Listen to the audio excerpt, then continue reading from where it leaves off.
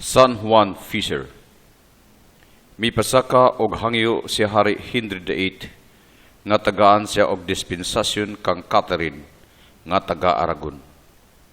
Apan wala dayon kini aksyon sa Roma sa panghimasin nga mausabra ang panghuna-huna sa hari kang Anne Boleyn. Ang hari nga dili buot dugay-dugayon nabangis ang taras niini.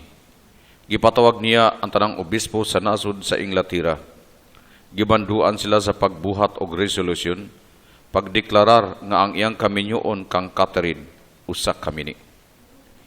Ang kabispohan miuyon sa mando sa hari, gawas usa kanila nga midumili niini.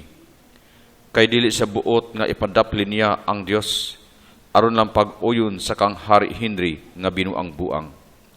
Taliwala sa maong tigom, nagkanayon si Obispo Juan. Dili ako, Senyor Hari, wala ikaw mapaabot nga pag-uyon gikan kanako, og sultihan ko ikaw, nga dili gid ako muuyon sa maumong buhat, kay supa kaayong dako sa kabubuton sa Dios. Human sa pamulong ni Obispo Juan, mitip-an ang tanan sa dakong kahilom. Walay timik ang tanan, wala madugay, gipatay si Obispo Juan. Ang iyang kamatayon, bayad siyang katarong, bisan ang bangis nga hari, wala makakarog sa matarong, ligdong niya nga konsensya. Nataw si Obispo Juan sa jutay nga dapit sa Beverly.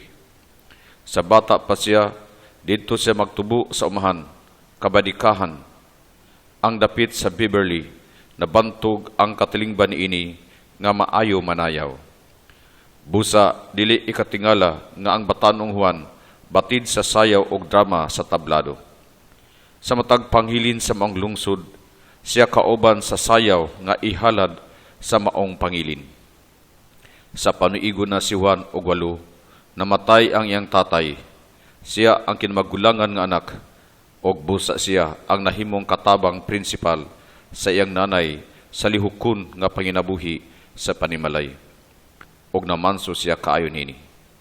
Si Juan yano lamang, banikanhon ang iyang panglihok-lihok, apan may isip siya nga lantip, dali ra siya makatugkad, makahibalo, o makakaton sa mga pagtulunan. Natapos ni Juan ang iyang pagtuon sa Universidad sa Cambridge.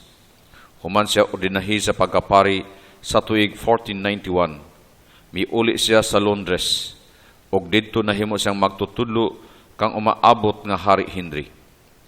Ang iyang taha sa kinabuhing pari, nadawat niya ang katumanan niini sa diha nga gikonsagrahan siya nga obispo sa Rochester sa tuig 1504.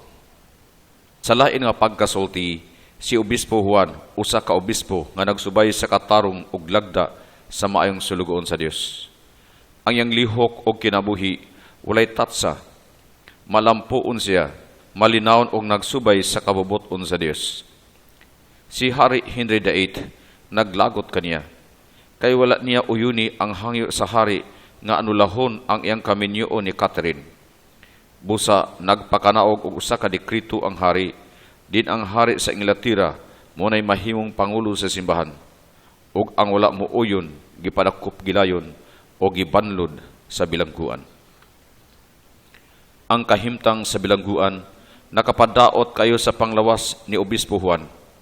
Nagluspad siya, nagniwang siya, ingon og mamatay na siya, og samtang atua siya sa sulod sa bilangguan, gitudlo siya sa Santo Papa nga kardinal.